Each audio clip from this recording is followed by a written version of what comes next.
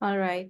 Good afternoon, everyone, and thank you so much for joining us today. This webinar is hosted by Vegan First, India's leading publication and events company for all things plant-based. Today, we have with us Ms. Hetal Sheth, a former Silicon Valley techie turned animal advocate, founded Curry and Pepper in 2014, a plant-based food company based on Ayurvedic principles, Curry and Pepper. As a plant-based dog parent, she moved to India to educate and empower pet owners on a holistic and plant-based lifestyle for companion animals. Hetal specializes in whole food plant-based diets, herbal remedies, and flower therapies for animals. With focus on prevention, she emphasizes on the spiritual well-being of pets at mind, body, and spirit levels. Hetal's expertise has been featured in prominent publication, and she actively supports animal shelters, rescuers, and transitioning to compassionate plant-based diets for canines. Hetal, over to you. Please tell everyone about the foundation and the mission of Curry and Pepper. Sure. Thank you so much, Simran, for the introduction and inviting me over for this webinar. And thank you, everybody, for joining in on a Sunday afternoon. I appreciate you guys being here. So basically, Curry and Pepper's mission is to empower pet parents in raising healthy, thriving dogs on a compassionate plant-based diet. And that's our motto, because the more holistically raised dogs are on a plant-based diet, the better the world is going to be, just not for the sake of the planet, but for all the beings on the planet, right? Just so that there's just more thriving people and animals, basically. So it was a journey that sorry, so Simran, I think I don't have, yeah, no problem. So it was a journey that began with my dogs. Like Simran mentioned, I was actually a Silicon Valley techie, not knowing anything about animal nutrition. But 12 years ago, when I adopted my first dog, Curry, who's the one in the pink harness, she had several issues. You know, she had severe gastroenteritis. She also came with like a cardiac issue. And she was a senior dog already when we had adopted her. She was 6 years old. And, you know, we kind of went down the traditional route and we did a lot, but we didn't really see a whole lot of improvement in her overall well-being, you know. That's when it occurred, you know, these are things we do for ourselves. So why not try it for her and see how she improves? And amazingly, like within 2 months, we started seeing huge improvements in her. And since then, it was never been like, we never looked back on how we raised them. And from being told she's not going to have a long life, to she lived a full life until 18, you know. So she just passed away about a couple months ago. And she was thriving every single day, like she lived a full life, and her conditions were reversed, basically. So and sure enough, and then we had Brownie join our pack, and he came with a bunch of allergies and anxiety-related, fear-related issues. And he transformed as well. And his transformation was actually the key for Curry and Pepper, because when people saw in my neighborhood, when they saw him transform, because he was our neighborhood dog, that's when the whole journey began, and people became very curious. So for now, I've been raising for 12 years, I've been raising dogs on plant-based diets and helping people shift their canine companions to a plant-based diet. So basically, our philosophy is every being is an individual being. Every being has a mind, body, and a soul, right? So depending on their mind, body characteristics, they can actually have certain conditions or be prone to certain health conditions due to imbalances. And when you restore balance in the mind and body and the spirit, you can actually prevent disease and raise healthy, thriving animals. So that's our philosophy and our motto. And so so this is basically the principle of Ayurveda that we follow. So you can actually learn more about this on our website, and you can also try the quiz to know a little bit more about your dog's characteristics. So our motto is calm the mind, fuel the body, and energize the soul, all through plants. So everything is based on plant-based therapies, we ensure not to use any animal products in our protocols. So that's our fundamentals, because like humans, animals are multidimensional beings, and they need to be supported at all three levels of the mind, body, and the spirit. So I know plant-based diets, right? A lot of you might wonder if it is appropriate and have tons of questions, because I had these questions too when I adopted my dogs. And that's where this whole journey of dispelling a lot of these myths began. So today we're going to kind of go through some of the most common myths that people have around plant-based diets. And in the course of this presentation, if you have any questions, I suggest that you can put them in the chat box, and then Simran will address them as part of the Q&A towards the end of the session. Okay. So the first thing we always hear, dogs need meat. They cannot thrive without meat, right? So let's discuss this a little bit. So dogs have evolved from wolves. We all know that, right? They've all evolved. They've come, they're descendants of, or they share a lot of their genetic encoding with the wolves, right? So that's the reason why there's so much talk about feeding ancestral diet, which is the wild prey model or raw model or meat-based diets.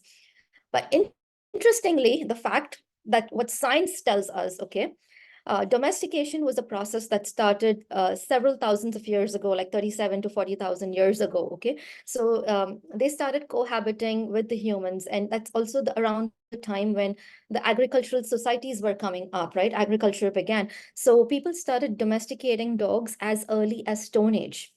And there's a lot of evidence that kind of shares this information.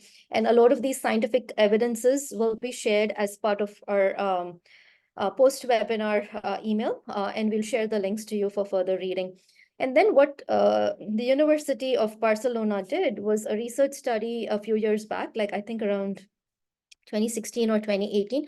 They did the study where they excavated skeletons of 36 dogs from the Bronze Age and Iron Age, and they kind of analyzed everything. And what they discovered was astounding, because more than 50% of the dogs mostly ate plants. And then about 10% of them, or 10 of them, they basically were mostly omnivorous, that is eating plants and animal matter. And only 9 of them were eating carnivorous diet. So that's the first thing there, right there. So now it's something we need to think about. Do they really need meat when science tells us that they ate very little meat?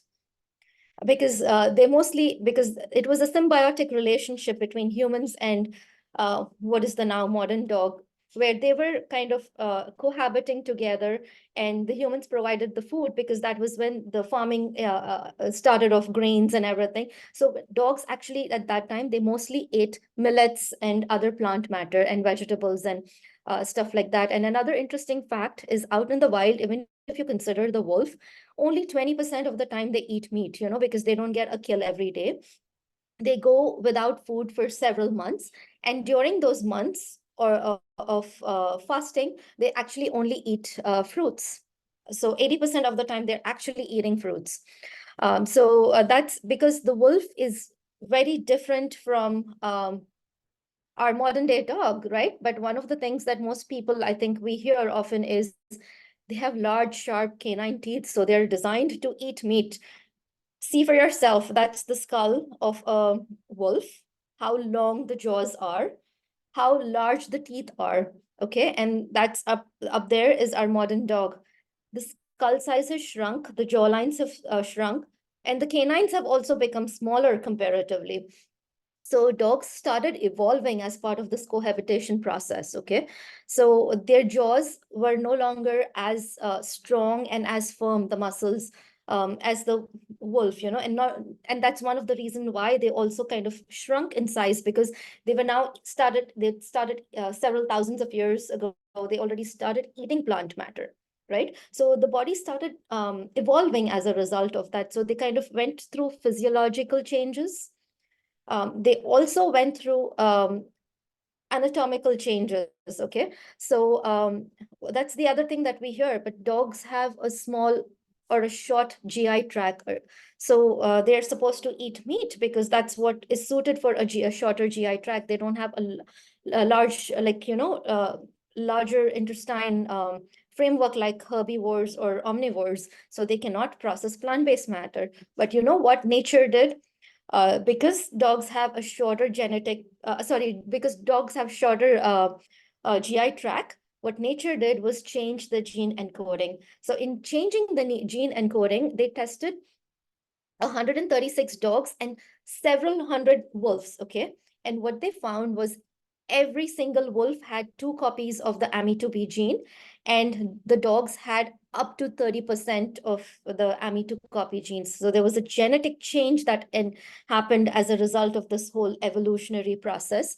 And this gene is specifically for digesting starch or plant-based matter. So this is exactly very similar to what humans have, like even we have extra copies of the AMI2B gene to be able to process the plant matter. So the genetic encoding changed. And as a result of this change, what happened was, based on the environment and everything, dogs started developing a whole different gut microbiome. And this was a process that started out around the Bronze Age period. And that's the reason why you also see that they ate a lot of plant matter in the Bronze and Stone Age periods. And that's where they started deviating from the wolf, the traditional wolves. So the gut microbiome, or it's the little bacteria in the gut, that actually helps with the digestion and processing and assimilation of the nutrients that we consume. And it's the same process that has happened with the dogs too. So their microflora has changed completely to be able to process this plant-based nutrition and absorb all of that. So this is nature's way of working. This is very similar to a chimpanzee. A chimpanzee is a carnivore by design, okay, by nature's design. But chimpanzees mostly eat, not mostly, but they just eat plant-based matter because they kind of went through a similar change with the gut microbiome, where they are now more suited for eating plant-based matter. And this is the same thing that happened with our dogs too. So I think we need to rethink if dogs really need meat. So the next question is, we often hear like, plants, do they have protein, What about protein? How are they going to get protein if they're not eating meat? So let's talk about that a little bit. So traditionally, if you're feeding like a raw diet or a kibble diet, you're kind of just using a lot of like animal matter, right? Like animal muscles, bones, and tissues and whatnot, and organs and eggs and dairy, right? So it's traditional mindset where meat equal to protein. But nature has a lot of different sources of plants, and these provide even more protein than you would actually get from a meat-based diet. So when a plant-based diet is formulated correctly to meet all the nutrient requirements that dogs need, it can even provide more protein than a traditional meat-based diet. So there are several different sources of proteins within the plant kingdom. You have a lot of beans, legumes, you have certain plants like fruits and vegetables also that are great sources of proteins, like for example, broccoli, watermelon. Watermelon is also a great source of protein. We think water, but it also has protein and good amount of fat. There's quinoa, there's a lot of other huge variety of plant-based food, seeds, nuts, So there's great sources of nutrients. So we need to change our mindset and think a little bit differently.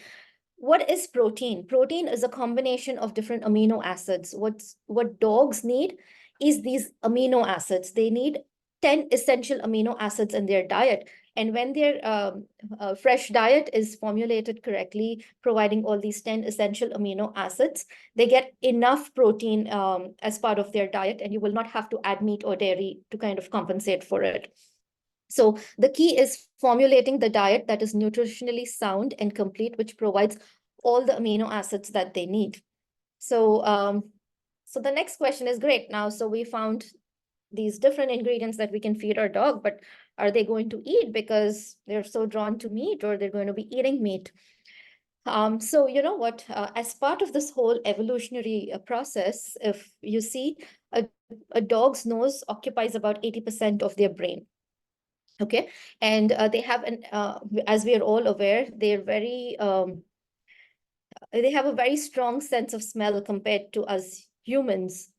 So dogs have this innate ability to smell whether a diet is nutritionally complete and sound. So they have this ability to smell out these amino acids in their diet. So when they have the right amount of food or with the right nutrients in it, they will accept the food, And there has been research studies that have been done to actually evaluate diets that are plant-based formulated and meat-based formulated. And there were 15 different parameters that were used to assess palatability of the food.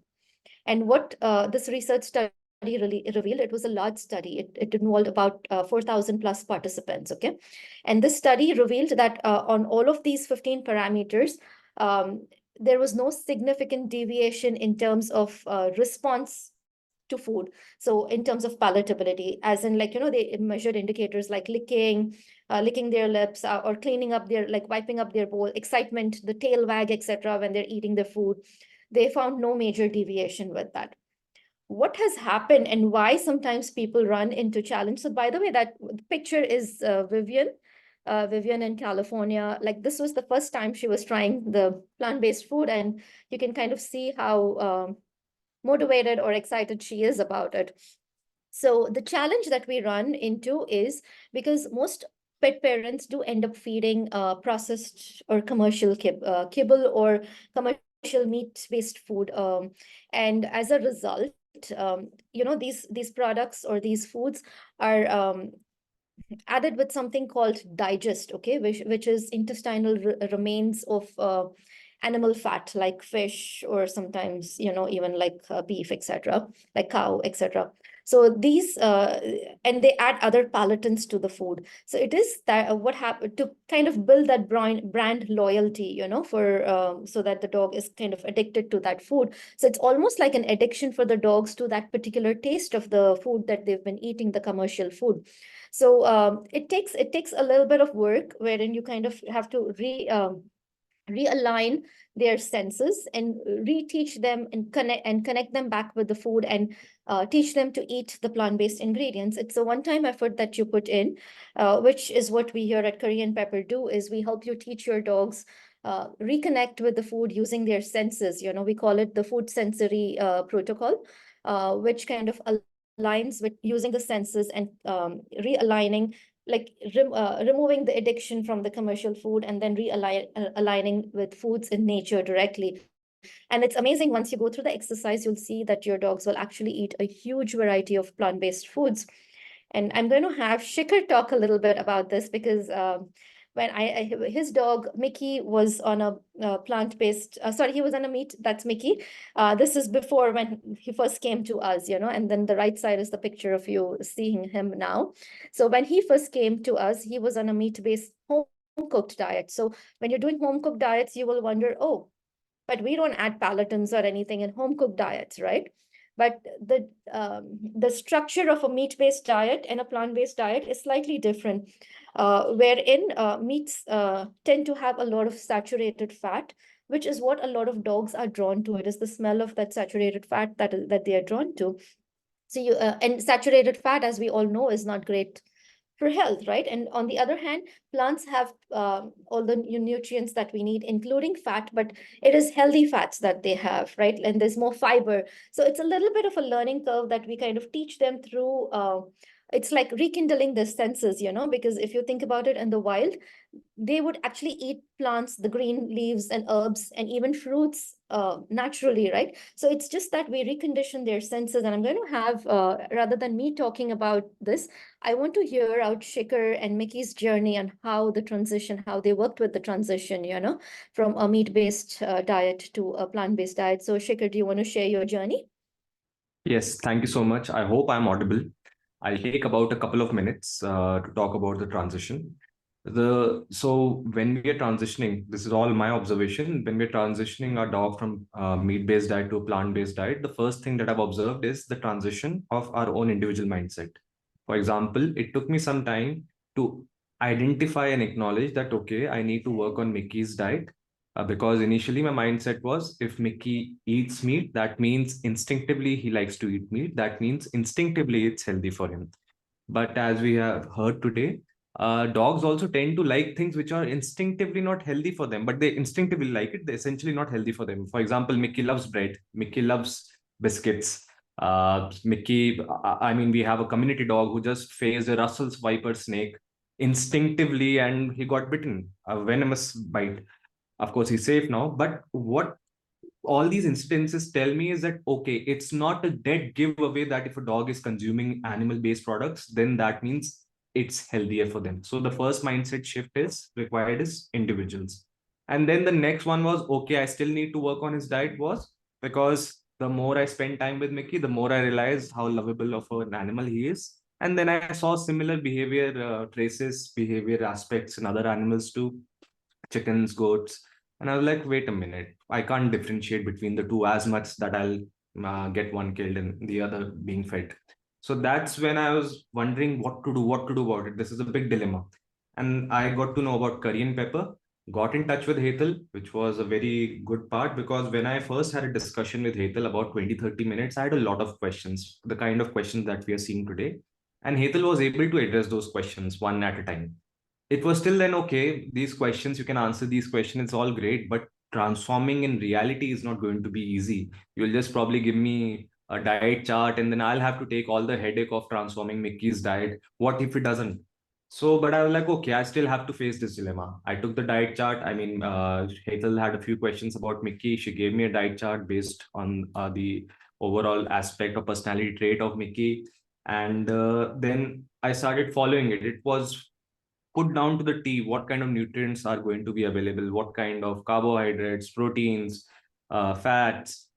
Everything was noted down in such a way that I felt that, okay, I haven't ever read about Mickey's nutrition to such a level. And now that I'm transforming him to a plant based diet, I'm able to learn so much about it, that what one food type has in terms of nutrients.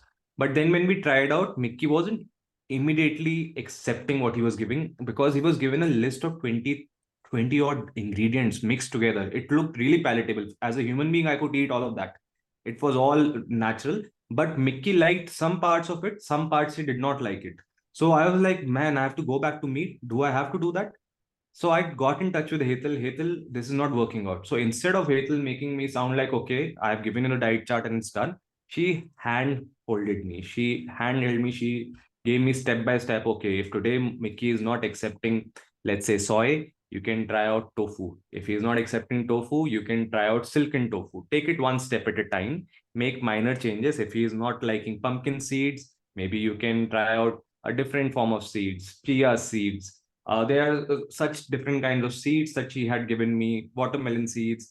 There are such different kinds of pulses, such different kinds of vegetables. You can either try out cabbage or you can try out lettuce. So everything, it helped me understand what Mickey preferred. And over time, I was able to transition him to a fully plant-based diet because throughout the transition journey, I was given that assistance by people. And of course, it showed in Mickey's health also, his demeanor also. And the best of it was that at the end of the day, I was also at peace that, okay, I'm feeding Mickey something by not contributing to taking away the life of an animal who just behaves like Mickey. So, yes, that's been my transition journey. So, thank you, Hetal. Thanks for sharing that. I think you covered some really good points, which I think people should take away. It is the people mindset more than the animal mindset. So if you shift your mindset, trust me, your dogs will shift too. And there is, again, scientific evidence on that as well, where animals mirror us physiologically and in terms of disease and emotionally, so they're finding more and more studies are finding this correlation between our mindset and their mindset. So I think shifting your mindset is key, and then working through the transition protocol using the food sensory method can actually recondition the senses and open their palates to a wide variety of whole food plant-based ingredients. So thanks, Shikhar, for sharing that. So moving on, so what about nutrition, right? Like, I mean, are they going to thrive? Are they going to get everything that they need? Because we often hear that they need to eat organ meat, they need to eat this, they need to eat tripe, they need salmon oil, they need fish oil, for a healthy coat and all that.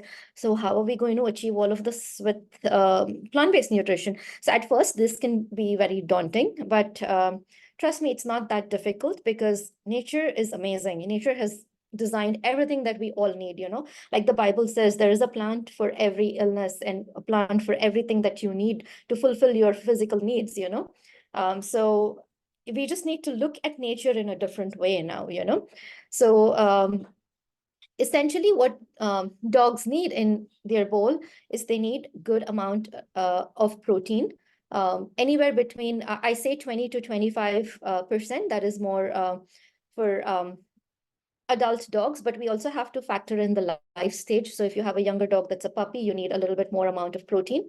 But as a general guideline, 20 to 25% of the bowl should contain protein. You need healthy fats up to 10%. Again, we have to factor in the life stage, whether you have a senior dog or a puppy, then, the fat levels have to be adjusted. And then you need some levels of carb, and then essential minerals and vitamins, and water. I say water because water, like a lot of people who feed kibble or dry packaged food, it's extremely dry because it goes through a process of extrusion, and we'll discuss this a little bit more, but moisture is an essential part of the diet too, okay? So when you provide all of this in their bowl, they get everything that they need to thrive, okay? So what I've laid out here from a nutrient requirements perspective is a very simple chart, but it is a little bit more involved. Like when it comes to proteins, they need 10 different amino acids like I listed earlier, in addition to a boost of taurine and carnitine. And then they need fats like the omega-3s, omega-6, the ALA, GLA kind of a thing, EPA, DHA, So those are EPA, DHA is again essential based on NRC guidelines versus AFCO. And then when it comes to minerals, they have a need for certain trace minerals, like zinc, selenium, copper, etc. There are a few trace minerals that are needed in the diet, and they only get it through diet for the body to function optimally. So that is, again, has to be met. And then vitamins like kind of like what we need, right? Like vitamin A, B, C, C is in certain cases, and then vitamin D, vitamin E, vitamin K, all of these vitamins. So as long as they're all of this nutrient requirement of depending on the life stage and the guideline that you're following, whether it's AFCO, NRC, or FEDF, you would need 37 to 41 different nutrients in your dog's bowl. So as long as you provide that, they're going to thrive, okay? And these nutrients can come from an animal source, or they can come from a plant source. And so if you're doing a plant source, research now reveals that plant proteins are as digestible as or close enough to meat-based ingredients. So if you're feeding like a raw diet, that has a digestibility of anywhere between 80 to like 95% digestibility. Plant-based proteins have around similar digestibility, around 80 to 92% digestibility. Minerals are best absorbed from plant matter. Vitamins and minerals are best absorbed from plant matter. This is, again, science talking, not just me. The bioavailability is more in plant matter. And the other added benefit that we have in plant matter is plants are naturally rich in polyphenols and antioxidants, flavonoids, and a lot of these like isoflavones and a lot of these nutrients that you would never ever get out of meat. And these are all cancer fighting ingredients, and it also slows down the process of aging, so you have those added benefit. And of course, fiber, right? You're never going to get fiber out of meat. You'll only get it out of plant matter, which is, again, so essential for a healthy gut, because 80% of our immunity lies in the gut. So as long as you meet that, right? Like, so how do you meet these requirements? Because some of the nutrients are not available in a plant-based diet. For example, let's talk about taurine, right? What about taurine? So how are they going to get that? Because traditionally taurine is found in a meat muscle, or it is found in the heart of an animal if your dog is eating organs. And if you're feeding commercial pet food, they're not going to be using these organs or the animal tissue, because it's so expensive. What they do is they just supplement the same taurine, the plant-based synthesized taurine, to the animal food that is kind of used in commercial plant-based food. And the other thing is dogs are capable of synthesizing their own taurine. Okay, if you have right amount of methionine and cysteine in the diet, dogs can produce their own taurine. So again, nature has solutions for everything. So we feed a diet that contains the right amount of methionine and cysteine, which is readily available in a lot of plant-based foods like legumes and lentils and things like that, and also certain breeds like are prone to heart conditions. So for those, it's advised that you add a boost of taurine into their diet, and again, this has to be all formulated by a professional. So make sure that they have the right amounts of the nutrients. Any nutrient in excess can cause toxicity. Any nutrient not enough can cause deficiency. So it's a very delicate balance, and that's where the professional expertise comes in. And things like vitamin A are abundant in green vegetables, green leafy vegetables, carrots. Dogs are excellent at transforming beta carotene into retinol. So cooked carrots are a great source of vitamin A. Vitamin D, getting them some sunshine, and then supplementing vitamin D from whole food plant-based ingredients, kind of like what we do in curry and pepper meal balancer, which sources its vitamin D from plants like lichens.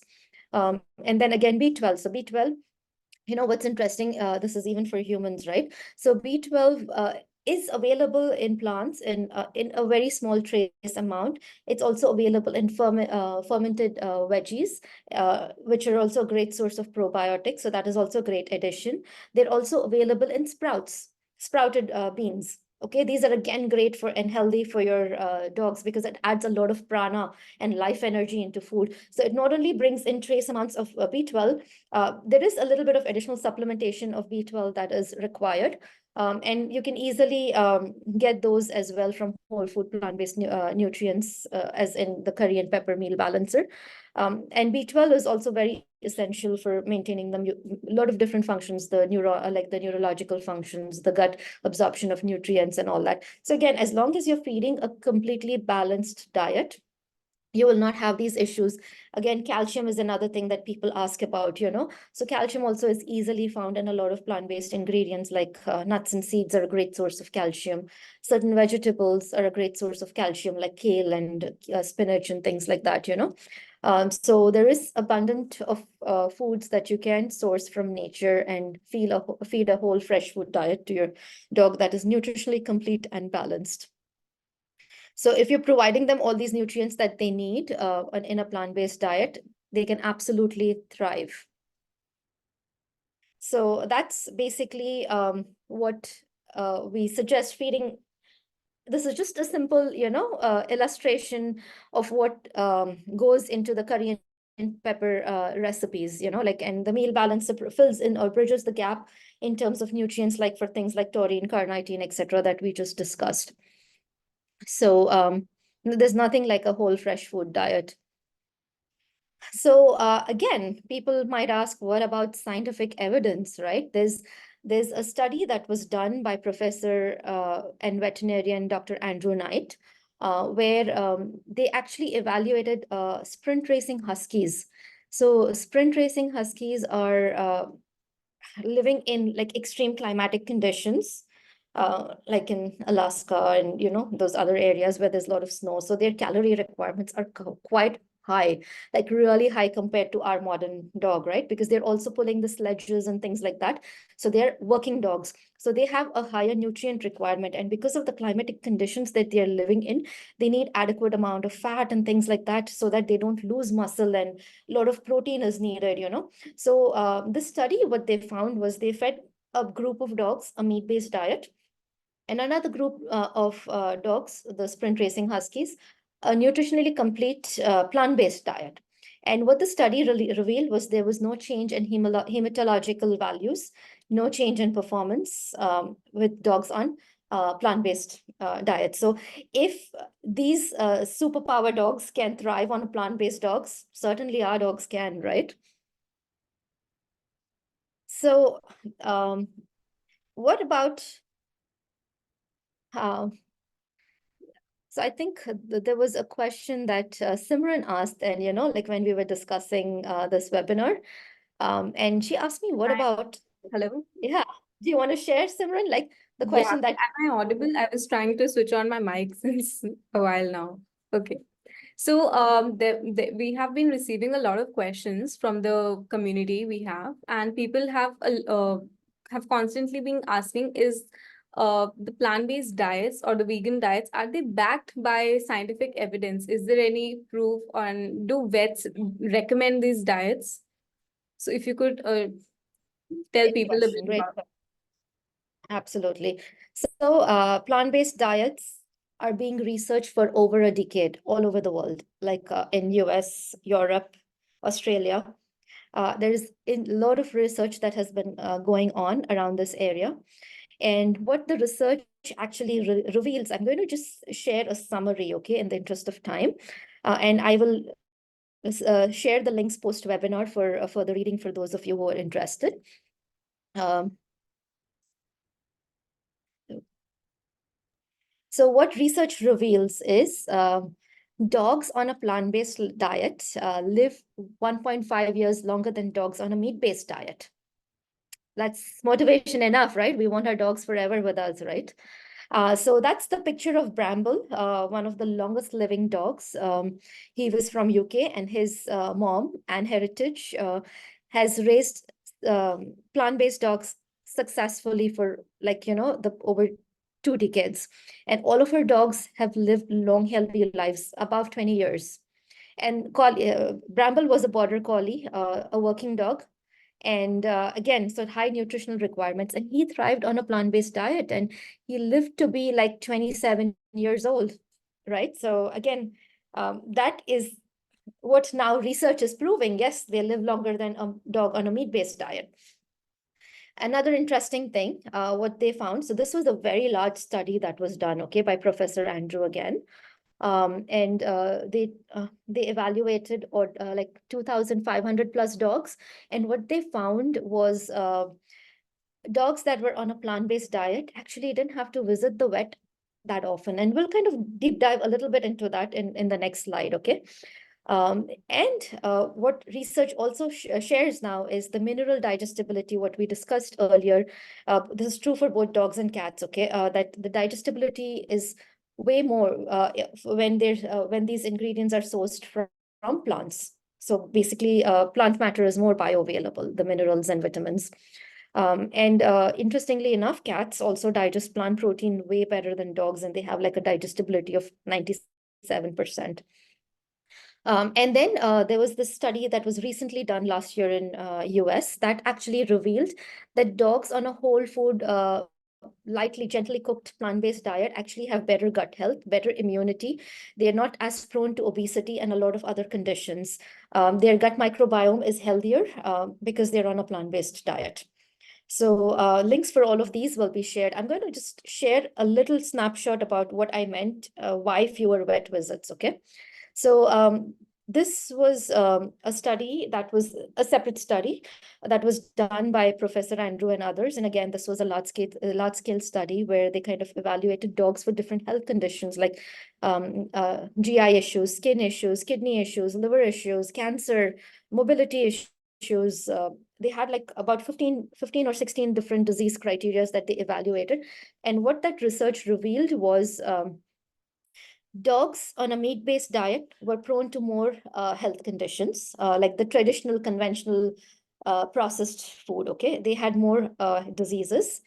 Raw meat, like I think, and raw, dogs on a raw diet, which is big now, right? Like raw diets, prey model diets, they were prone to fewer health conditions compared to the processed food. And plant-based diet has had like very little health issues, mainly because they have better gut health, and our health lies in our gut. So it was lower than even the raw diets. So that was the great interesting finding, that they were healthier, and that explains why they have fewer vet visits too, Again, I want to re-emphasize the key and the important factor here is nutritionally sound and complete diets, okay? Not feeding dal chawal and sabzi or roti sabzi. That is not your complete diet. All right. So Hetal, do vets so most of the vets around the world, they recommend a meat-based diets for the canine pals, right? They don't recommend a plant-based diet. So are there any vets who do approve of this plant-based diet? And have we seen any examples that you can discuss with the audience? Absolutely. So it's a great question because 12, 13 years ago, when I started this journey with my dogs, it was very difficult, to convince my vet with what I was doing. Of course, he changed his mind after, the condition of my dogs improved, and he actually encouraged me to do it. But at that time, they were not even open to, they're like, you would be killing your dog if you're feeding plants. But now, given that there's a lot of research, a lot of veterinarians have started shifting, and these are good, well-known veterinarians around the world who also practice holistic medicine, have actually shifted their practices. Even a lot of canine nutritionists have shifted their practices from meat-based to a completely plant-based diet. Just to share an example, there are many more. I'm just going to share a few of them. So, you can see we have Dr. Ariel here with Ruff, Dr. Armiti May in US, Dr. Ariel is from UK. She's a veterinarian. These are all veterinarians, okay? Then we have Dr. Laurie Leigh Wakefield, Dr. Melinda Fielder, and then this is Professor Dr. Veterinarian Andrew Knight. He is very well regarded across Europe, Australia, and US, and he's also a key member of the veterinary board. And then we have Dr. Richard Pritkin, who's also, he had a meat-based practice before. He was into feeding raw meat. And I think a few years ago, he shifted towards totally feeding plant-based because he got greater results with dogs on a plant-based diet. He's also the author of a leading book, Holistic Medicine for Cats and Dogs, which kind of discusses a lot of these things as well. And again, the key is always feeding nutritionally sound diets, okay? And so we have several different veterinarians all around the world who are kind of now on this path. That is Dr. Radhika in US. So you can see her big dog is also thriving on a plant-based diet. So there are many more. These are just few of them. Of course, this is now very welcomed more in the Western world right now, the plant-based diets. And veterinarians are a lot more open because of all the scientific evidence that has been now published, right? So they're becoming a lot more open and actually shifting their practices and more accepting of the whole process.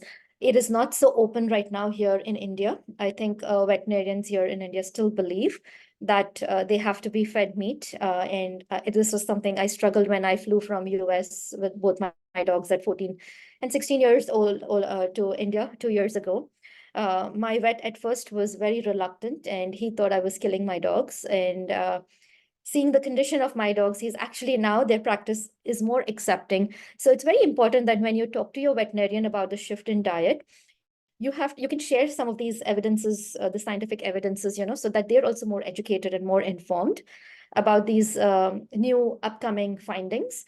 You can share these with them, and trust me, they will be more accepting and willing when you share these scientific publications. And you can also, like, typically when I formulate a diet for any of the canines, I also share a sheet of all the nutrients that they're getting through the recipe. And once they see that what they're getting, a lot of vets are accepting of that as well. And in fact, in the Europe, in UK, the British Veterinary Association has now accepted plant-based diets as a mainstream diet. So that's a big move. And the same movement is happening in US, and leading canine nutritionist Diana Lavender, author of several publications. She was a completely focused on raw food diet her pretty much entire life. And then just around, I think 2017, she shifted her entire practice to plant-based diets, because of the benefits with it. So she's championing the cause there, and we're kind of trying to do the same efforts. We're putting in the same efforts here in India. Some time back, we actually did a presentation with the veterinary college in Bangalore, at the Karnataka Veterinary College, to educate and bring this awareness among our veterinarians too. So meat-free diets equal to disease, right? Somehow meat appears to be panacea for all cures. But if you look at it, a lot of dogs that come to me are on meat-based diets and do have diseases.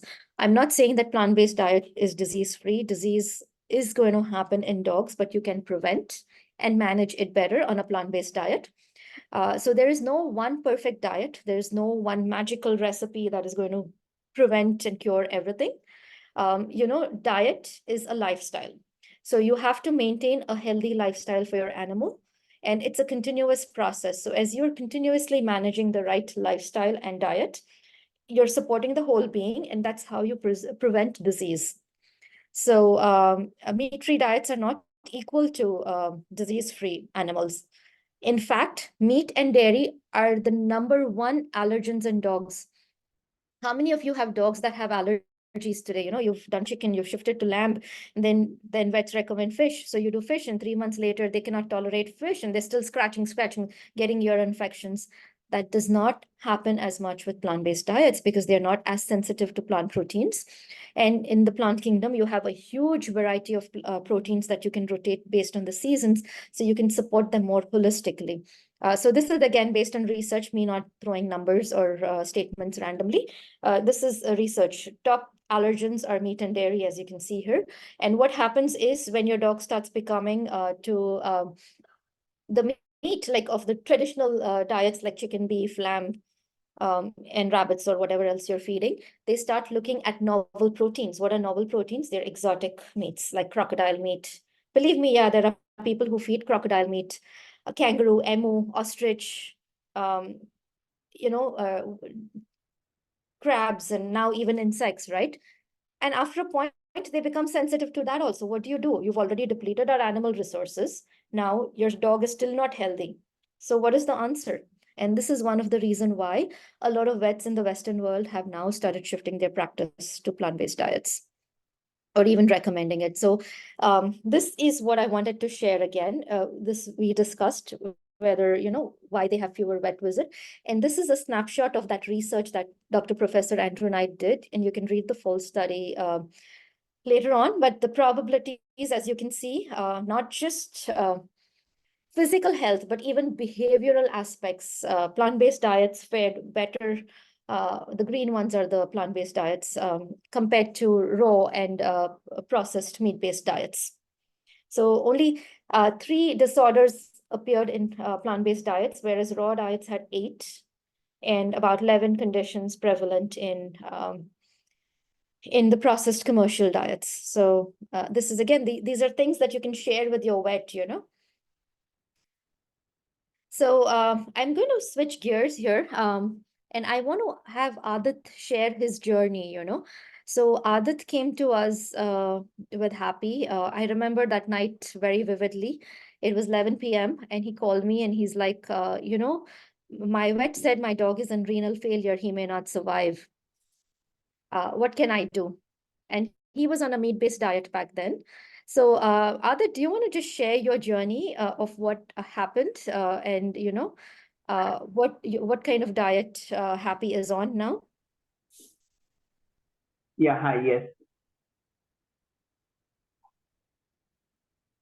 Can you guys hear me? Yeah, we can. Hi. So yeah, Happy was on a plant-based diet for a while, I think for a month or two.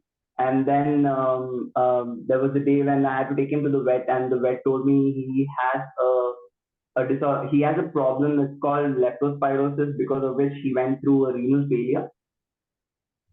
So after that, I thought, okay, I have to shift back to a meat-based diet, because the doctors also said that he needs a renal-based kibble diet that he has to take here onwards.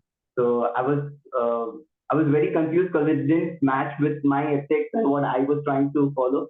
And I remember that's when I called up Hazel and I said, Hazel, hey, this is the issue. What do I do? uh, Hazel was very patient and calm to help me out with this whole process, because everybody that I know came to me saying, "Hey, I think your dog is going through this issue because of you shifting him onto a plant-based diet and all that." And that kind of like broke me, because leptospirosis is not an issue that happens because of a change in diet. It happens because of a rat infection.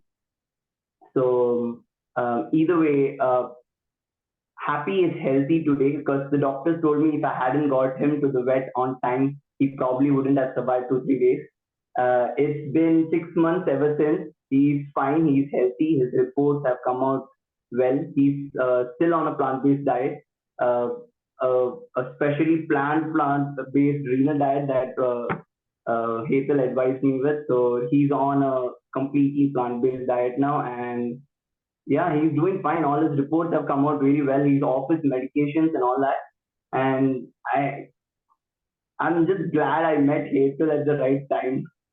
So I turned vegan last year, and that's one thing I was struggling with, how to put my companion animal on a plant-based diet, because all my life I was conditioned to believe that dogs need meat to survive, and they would not be able to otherwise.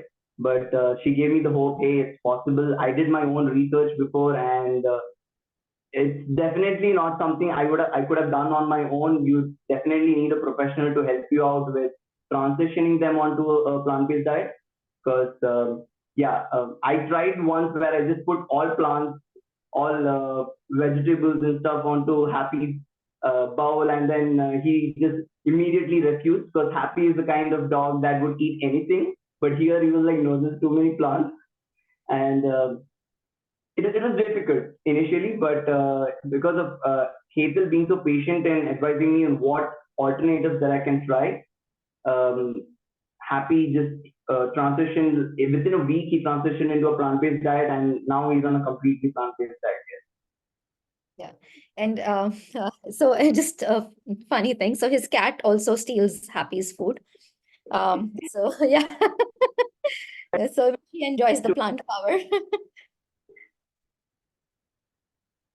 So just to share a little bit, so this is where Happy's creatinine was when he came to us. He was at 4.1. He'd already entered stage 4 of chronic kidney disease. And his bun was elevated as well. And that's when we actually kind of worked with Adit with the plant-based diet. We also did additional support in the form of flower remedies. And today, this is where his creatinine and bun is. They've actually come down to the normal range. And he's sustaining. This is because, plant-based diets are naturally rich in fiber and a lot of other antioxidants and nutrients, which are kidney protective, bone and joint protective, cancer protective. And this is one of the reasons why you actually see them turn around and respond better, because they also help reduce the toxic load in the body. The uremic toxic load is reduced with plant-based diets as compared to meat-based diets. So thanks for sharing that, Adit. I love the fact that Zai steals Happy's food. 2 minutes, I'll talk about Zai. So Zai is a cat I rescued recently, and I had no plans of keeping him, but finally he's in my house now. He's playing with Happy all the time. With Hazel's help again, I was able to put Zai, who's a cat, on a very early plant-based diet. So from over a month or 2 months now, Zai and Happy both are on a plant-based diet. So I'm just happy everyone's on a plant-based diet now, and they're all healthy. Thanks for sharing that. I think the cats conversation is a whole different topic, and perhaps something that we can address in the future as well, So there is another myth. Plant-based foods are very expensive, It costs a lot of money to feed my dog, especially if you have a big dog, right? So let's look at that. I'm not going to do the talking here, but I'm going to have Sushila share her journey, okay? So Sushila basically came to me when I just had moved here to India, and I had even started practicing here. And I remember she came with Ruby, carrying her to my place at home. And she's like, at that point, Ruby was rescued and she was totally traumatized. She'd been through a lot. She had a fractured bone, a fractured leg, couldn't walk, wouldn't eat. She had respiratory issues. She had stool stuck in her colon for God knows how long. and she wouldn't even move, like she was totally unresponsive, and she had anemia as well, severe anemia. So she was not a candidate for a megacolon surgery to release the stool that was stuck in the colon. And they tried several different things, and I'll let her share her journey. And she's very special to me because she's she has like 10 dogs, okay? Yeah, so, and 45 rescues that she takes care of. So I'm to share her journey. So maybe Sushila, if you want to just turn on your video and share your story. Hi. Am I audible? Hi, Sushila. Yes, you're audible. Hi. Hi, everyone, and thank you, Hetal, for the sweet introduction. So yeah, my name is Sushila, and I'm actually from Finland, from Europe, and I settled in Chennai in India about 4 years ago to take care of my rescued street dogs. And I was staying in Mahabalipuram initially, and how I got into this was I rescued one dog, Yarani, my first adopted street dog. And through that, I started noticing the suffering of the street dogs and how much help they needed, how much support they needed. And I slowly started feeding my area, my village dogs. And from the beginning, I had this mindset that I don't want to kill one animal or support the suffering of one animal to feed another. So I started feeding them plant-based food, but I didn't know Hetal at the time. I didn't have the right guidance of, how to create a nutritionally balanced meal. But I was feeding my street dogs, and then I started noticing all the illnesses, injuries, all the problems that they had. And I slowly started taking them one by one to the hospital and then sterilizing them, vaccinating them, giving them deworming, anti-tick meds, and whatever they needed, whatever was prescribed by the vets. And then some of them were not able to go back to the road. So I have like one blind dog, some who had accidents, who can't walk properly, or one who has one eye. And for one reason or the other, I ended up with 7, 8 dogs first. And I decided to stay back because I can't take them all with me back to Finland. And even if I could, I still have the ones in the street, which now are about 45 of them. And I fed them for about 1 year, and then I shifted to Chennai and I hired a person to feed them. So now it's been 4 years that we're feeding them in the streets, a plant-based meal every day, home-cooked meal, and with the meal balancer from curry and pepper. And they are all doing amazing. All of my street dogs, all of their skin issues have healed. Everything is fine. But we still do like regular checkups, and we take care of them, like whatever they need regularly. And as for my ones at home, currently I have 10 rescued at home who are like my own babies. And one of them was I think we lost your audio. sorry. Ruby she's really special to me because I went to so many vets, and I went to some of the best vets in Chennai, not the best ones at the time, but really good ones, experienced ones. And nobody was able to say like what is wrong with her. And one vet even told me that, I think you have to give up on her. You're just trying too hard, and we can't find out what's wrong with her. And I don't think there's any hope, and you just have to accept that she might not make it. And I was like heartbroken. She had already been with me for like, I don't know how, some months. And I kept trying and going to different people, getting opinions from here and there. And I was even considering to travel to Mumbai to, get some help there. But I couldn't because it was lockdown time, and then I had too many rescues at home. And then somehow, I don't even remember how, I found out about Hetal, and I went and met her. And at the time, Ruby was so bad that she had stopped eating.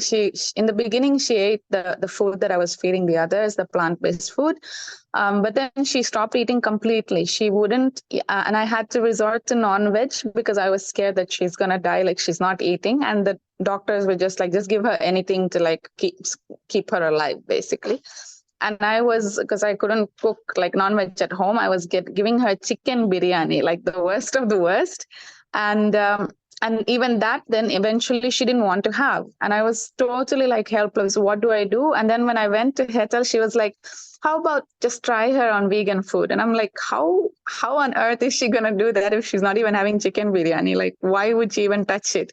And then she offered some of the food that she had made for curry and brownie and her babies. And I was like so shocked to see that Ruby ate the food. Like she actually ate it.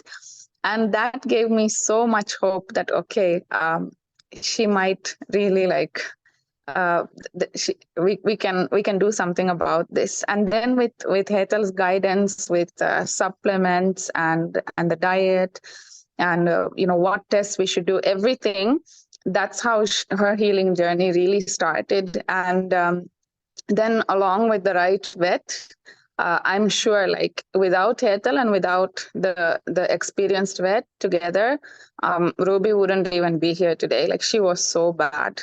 Like I am forever grateful to Hetal because really she made a 360-degree change. Like Ruby's now like, and she was then diagnosed with chronic kidney disease, and she's been on a kidney-specific plant-based home-cooked diet since then, designed by Hetal. And my two other dogs are also have chronic kidney disease. So 3 of them are on that diet, and they're all like thriving. So Ruby is now like, she's active, she's moving, she's happy, she's and Hetal was the one also who encouraged me to like take initiatives that vets wouldn't say. They just say like, okay, give this medicine. If it doesn't work, try this other medicine, and just give her like meat or some commercial diet. And Hetal was the one who encouraged me to take her on walks. And I was like, she's not walking, she's refusing, she's not moving. And she was like, keep trying, keep trying. And now Ruby's like the most eager one of all my 10 who's like coming for walks, running, and like so excited. So like her support has been like amazing. And we use the meal balancer for all home dogs and for the street dogs. And recently I founded the trust Yarni Love and Rescue, Yarni from my first adopted dog's name. And we do the same work that we were doing before, but like trying to do it in a more structured manner with feeding the 45 dogs that we have daily the plant-based meal with the meal balancer, and then taking care of all their basic needs. And then for my home dogs as well, the same. And then when we can, we do rescues, like outside rescues in Chennai and Mahabalipuram. But my focus is to like sustainably take care of the dogs in the street and the home babies so that nobody else has to suffer, and they can have a happy, healthy life. Thank you so much, Sushila. I really admire you. The work that you do is amazing, and it's such a noble cause. And so, yeah, if Sushila with 55 dogs in total can support it, feeding a plant-based diet, do you think it's expensive? Then let's look at some numbers. I'm just going to share some numbers. So this is another interesting story. And I'll share that in a little bit. Okay, I'm just going to postpone that a little bit because I want to address this first before we go into that discussion to give context.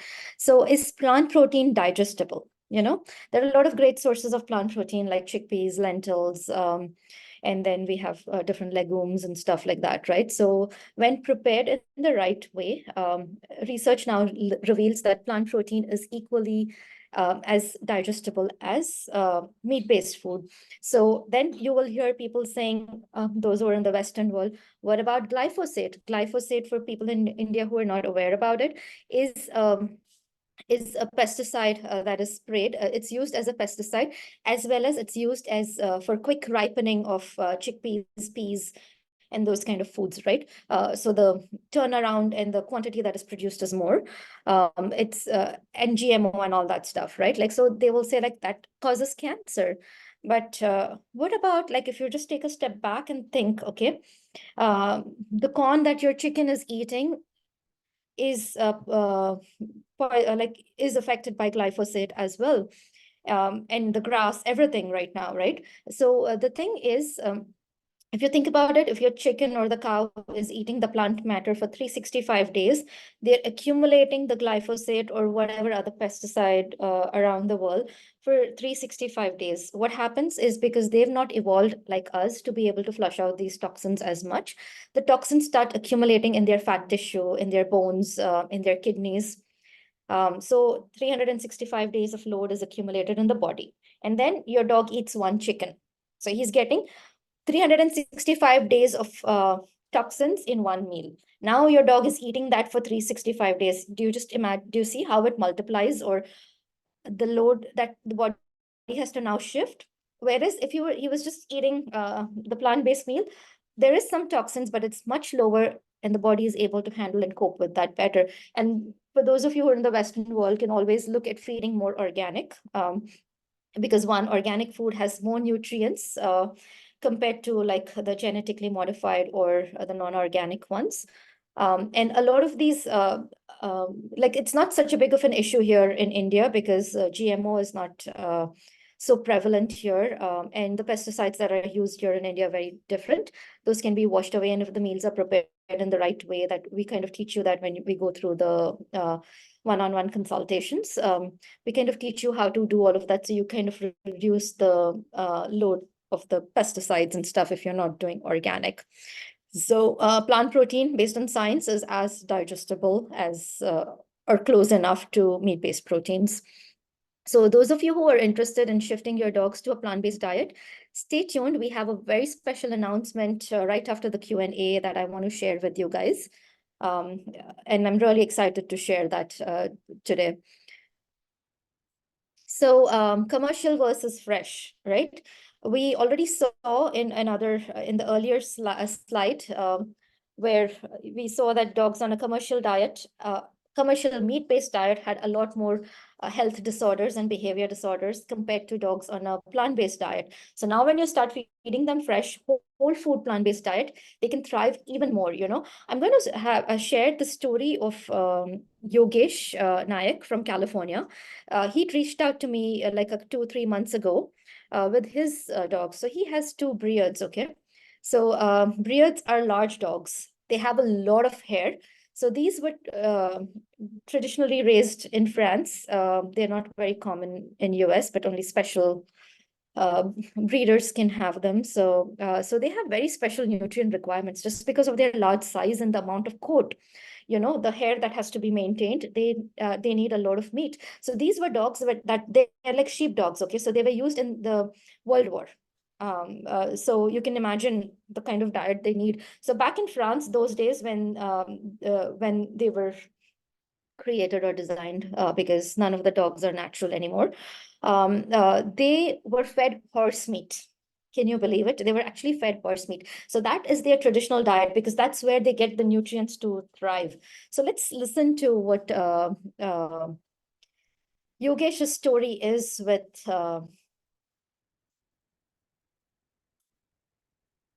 so he was actually, because of the time difference, he couldn't make it here because it's like midnight in US. So he actually was kind enough to record his story and send it here to us so people could see, hear it, you know, like see how large dogs that were used for World War I and have special needs for their coat can thrive. And he also shares numbers My on name cost. is Yogesh Naik. I'm based out of California in the Bay Area, and I have 2 dogs, which are Brias, which are French sheepdogs with very long hair. And they don't shed, so there's a lot of brushing and looking after the quality of the hair involved. Because they're large dogs and because of the hair, there was this whole thing I had that they had to have a lot of, somebody had told me that you need to give them a lot of sardines and fish oils, make sure that the hair is soft. I was going through a process where I was feeding them kibble and canned wet food for everybody's thought process. In that case, it was my thought process was dogs will need kibble and will need to be fed meat, which I struggled with. Now I'm in the process of I don't feed them kibble anymore. There's so much information coming through, but my point with kibble was that they were using animal products which I didn't approve of ethically. So with Hethel's help, we managed to come up with a recipe. What I was sold on was the amount of calories and the nutrition I was giving. So being a scientist myself, that was very important, that were they getting the right nutrients. Where I am at the moment is I totally off kibble. So we're 75 to about 80%. I cook for them every day, which is, I make the big batch every week. And then I do the vegetables every day. So I'm totally engaged. Talking of cost, we used to buy a bag of kibble, which is now $110, a bag of 20 pounds. So we used to go to Ghana between the two. I buy in bulk for lentils, go to Costco and buy vegetables in bulk. And the cost is really coming back. Come down to $2.50 per meal. Hair is still not so nice. The quality, when I brush them, I just see the quality of the hair. Step to this new diet. No fish, no salmon oil. After this process, we haven't been able have to cut Diane's hair. This coming out great. So I'm really, really happy with the quality of hair. And I'll tell you, as a father of two girls with long hair, it's difficult. It's a hard job looking after the hair. And I would say the MCT oil and just all the nutrition they get now is the quality of the hair is just amazing. So that was Diana and Devi's journey from shifting from a meat-based diet to a plant-based diet. They're still going through their journey where, like Yogesh mentioned, they're 80% done. So just a little bit more work is needed, and they shift, and they're already seeing the results. For those of you who have long coated hair dogs, you know how difficult it is to maintain that. And if these dogs can thrive and have such great quality hair, it's amazing that what plants can do. So that is Diane on the left, before. This is how she came to us, because when their hair would get so matted often, like even with all the sardines and fish oil and the commercial food that they were doing. And so she would have to be shaved every 3 or 4 weeks. And since transitioning, it's been over 2 months and they've not had the need to shave because their hair quality is so much better just because they're getting the right nutrients, So it's amazing like how plants can fulfill all our nutrient requirements. So I think we're close to running out on time, but there was another question that Simran was asking. So Hetal, there are two main components in a dog's diet that are taurine and carnitine, right? So what about the heart health of these dogs if they are on a plant-based diet? Do we miss out on these two major components, or how does it work? Sure. Great question, and so I do see a lot of dogs with heart disease primarily because they're not fed a nutritionally sound diet. So there is a condition called dilated cardiomyopathy can occur if dogs don't get enough taurine and carnitine. Some breeds are predisposed to this condition genetically, like golden retrievers, the larger breeds, they're predisposed to this condition genetically. Other dogs can acquire it during their course of time. So the acquired ones are usually because of nutritional deficiencies. So that means if they're not getting enough taurine and carnitine in their food, they could be predisposed to a heart condition. And for those who are genetically predisposed to this condition, supplementation of taurine and carnitine is essential as a prevention measure to prevent this issue from happening. So like I mentioned, when we opened this call, Curry had a heart condition, right?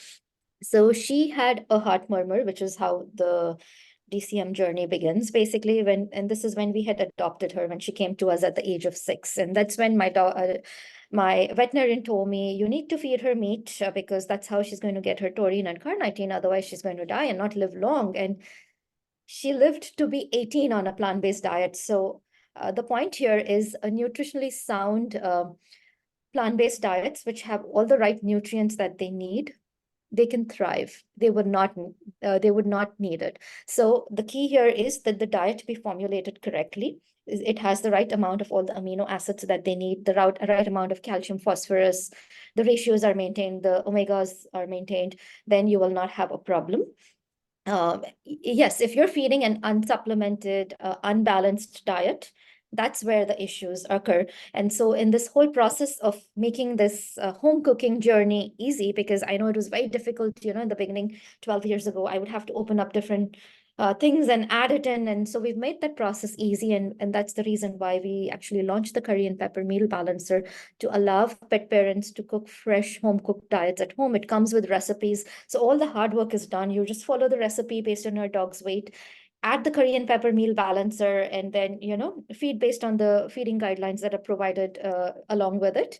And you're great to go. And to help, like a lot of people, as you also heard in the testimonies, a lot of people struggle with transition, because of the fat content in meat and because of the palatants that are added in commercial food. And so that's where I've developed this special protocol, which is called the Food Sensory Connect protocol, which helps desensitize your dog's senses and reconnect with more whole foods, plant-based ingredients. And there is a very special announcement that we're going to be making at the end of this webinar related to this, so stay tuned. So to answering your question, Simran, no, so again, there is scientific evidence, and the US FDA recently published a message saying that plant-based diets are not linked to DCM. So there was, I don't know how many people are aware here in India, but there was this big, huge announcement that was made just before COVID that, plant-based diets or diets that contain legumes and lentils are associated, and peas specifically, are linked to dilated cardiomyopathy. But that has debunked with the new research that was provided. So as long as you're providing your nutritionally sound plant-based diet with all the 37 to 41 nutrients, depending on the guideline that you follow, you have no issues with heart health. Okay. So, the environment, right? We are all a tiny microcosm in this big macrocosm, right? I truly believe that it is important as part of our lifestyle that we give back to our environment, okay, in whatever ways we can. And the way that I have chosen is to help pet parents transition their dogs to a plant-based diet so that the carbon paw print is reduced. So that's our big motto, and it's our mission, very close to our heart as well, just for animal well-being and for our planet. So now there's a lot of the US pet food industry, European pet food industry, even the Australia, pretty much all over the world, there is this huge thing now where the carbon footprint from feeding meat to animals is huge. We cannot overlook it. There is this conversation that I had with somebody very well known. I'm not going to take names here. And she said, you know what? The carbon footprint with feeding meat is negligible for animals. I'm just going to debunk that myth because that is not true. Now, it's becoming a big issue with global warming, with the amount of meat because of the whole animal farming industry that has to be carried on for feeding meat to our companion animals. There were some 900 odd million dogs around the world. And if we are to feed them meat, we will have no planet. Trust me on that. And this is based on science. The research now reveals that just UK alone is depleting Amazonian forests, the size of the entire UK every year. So every year, that much of forest is being deforested, the size of Europe, just to give you a perspective, okay? So you can imagine how fast our forests are going to be gone. This deforestation happens because we have to create feedlots for the animals, the cows, the chickens, the lambs, because we have to factory farm them. And animals consume 30% of the meat that is produced for human consumption. So that is not small. And the amount of water, the amount of greenhouse gases, all that is emitted in the production of 1 cup of dog food is huge. And that's what I wanted to share, just to give you a perspective. So this is just 100 grams of protein. If you were to get 100 grams of protein, different sources, what are the impacts on the environment? Okay. So the animal protein emits 35 kilograms of carbon dioxide equivalent emission. So that encounters like roughly about 5,000 liters of water, about like 35 to 40 square feet of land per animal is deforested to kind of get to the protein that we need. Okay. So that is huge. I mean, you can see, and this is not the numbers that I came up with. These are published numbers, which is published by the Pet Food Industry Association. It's a big concern now because of the greenhouse, the amount that it is contributing to global warming. So people were like, okay, if we can't feed chicken, lamb, beef, etc., why not look at insects? So insects also produce a lot of carbon dioxide emissions in the whole process because they have to now be farmed. So now you need land to farm them. And then, we are damaging the soil ecology in terms of farming certain kinds of insect for their protein. Okay, so then when our soils are depleted, everything gets depleted. And then, so the next logical solution was, what about lab-grown meats? They're great. They provide all the nutrients and we're not killing anybody. We're not diverging anything.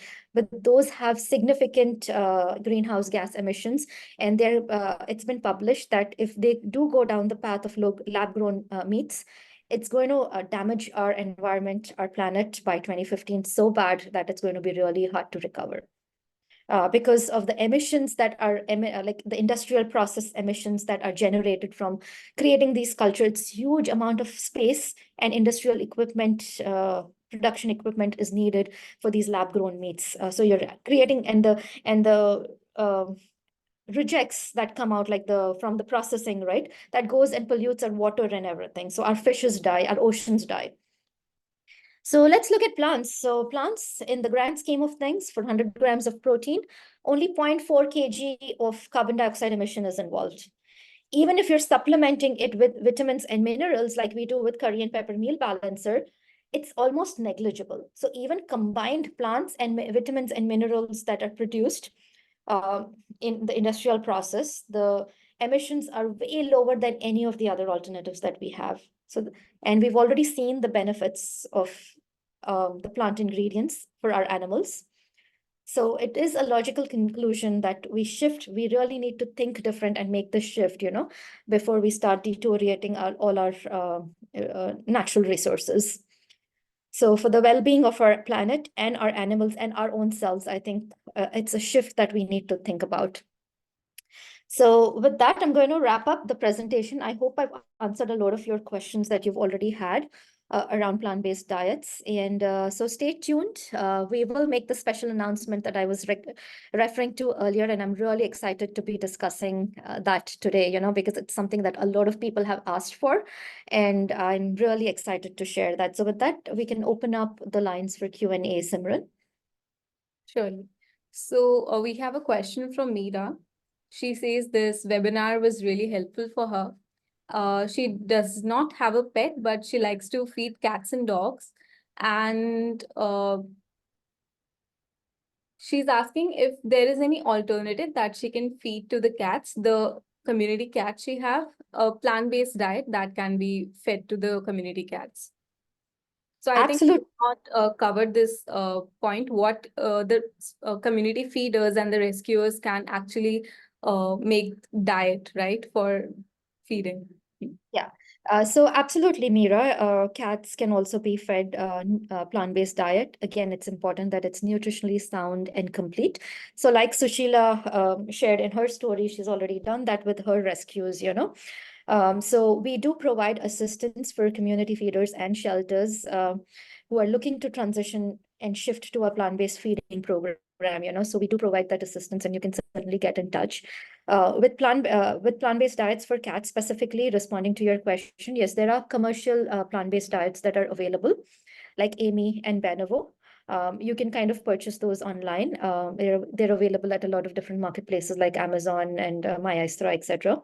So you can certainly start shifting them first to the commercial plant-based food, because it has to be nutritionally sound and complete. At the moment, we don't have a meal balancer like supplement to complement the nutritional requirements of a cat. It is something in the works, but if you're open to adding individual ingredients like things like arachidonic acid and things like that cats need, you can always get in touch with us, and I'd be more than happy to help you. But cats are very different from dogs in terms of the transition process. So they tend to do better when you transition them first to a commercial, nutritionally complete plant-based diet, and then work on shifting to a more whole food-based diet, So if you have more questions around that, you can always feel free to get in touch with me at bark@curryandpepper.com, or you can just send us a message through our website, and I'd be more than able to guide you through the process.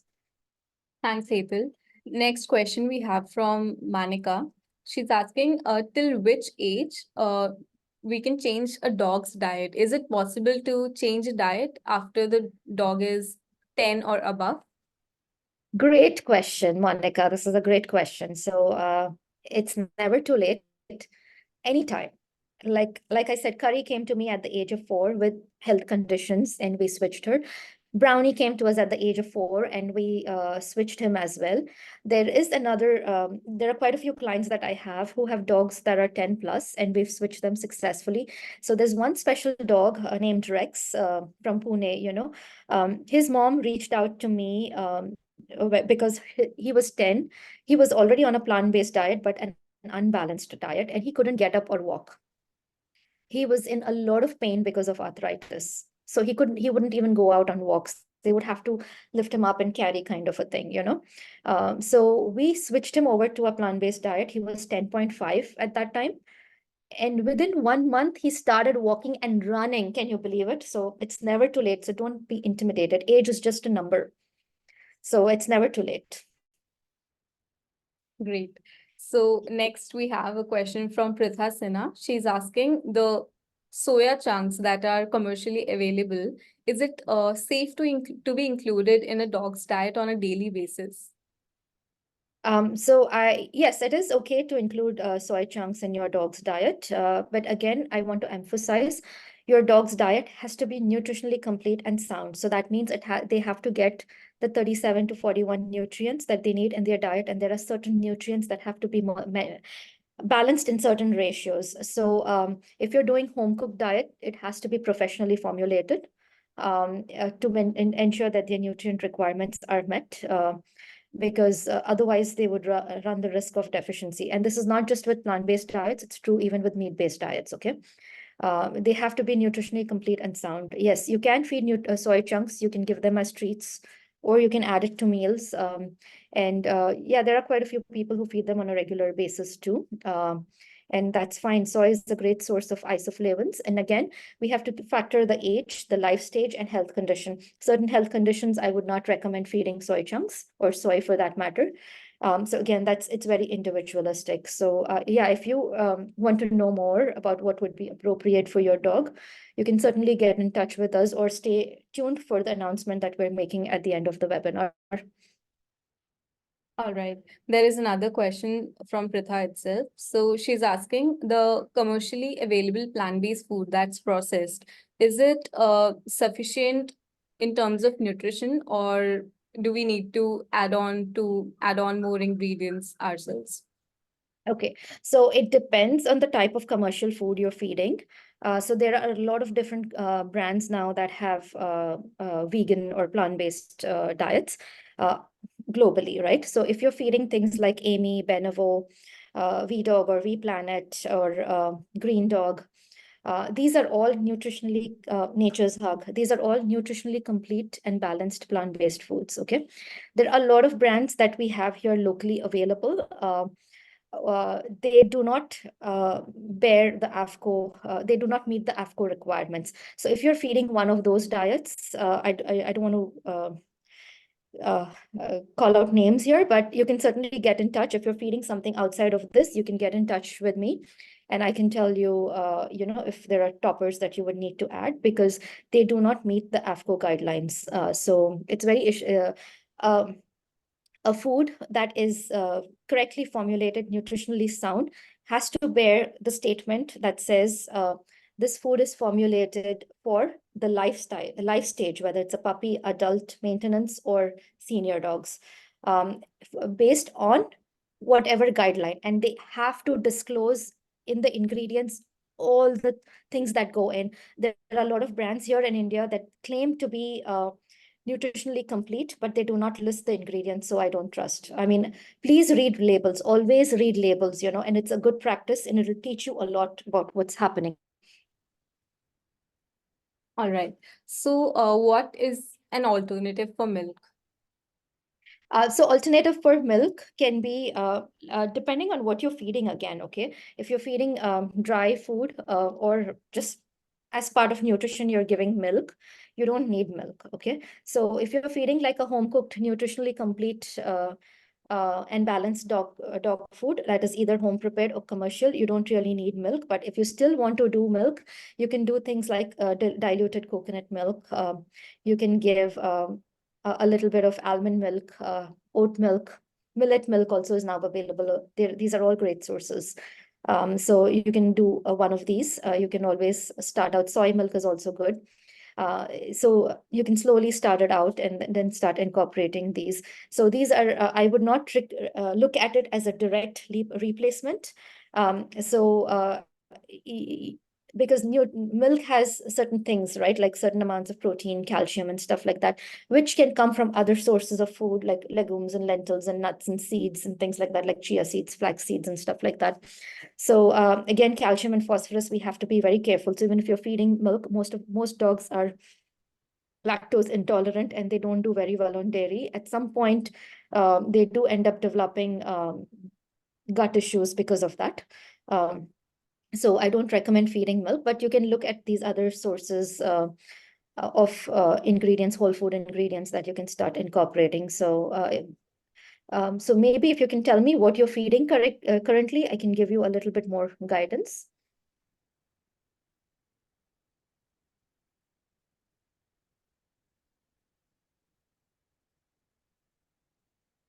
Manika, if you're there, please answer it in the chat box, or maybe you can switch on your mic and also let us know.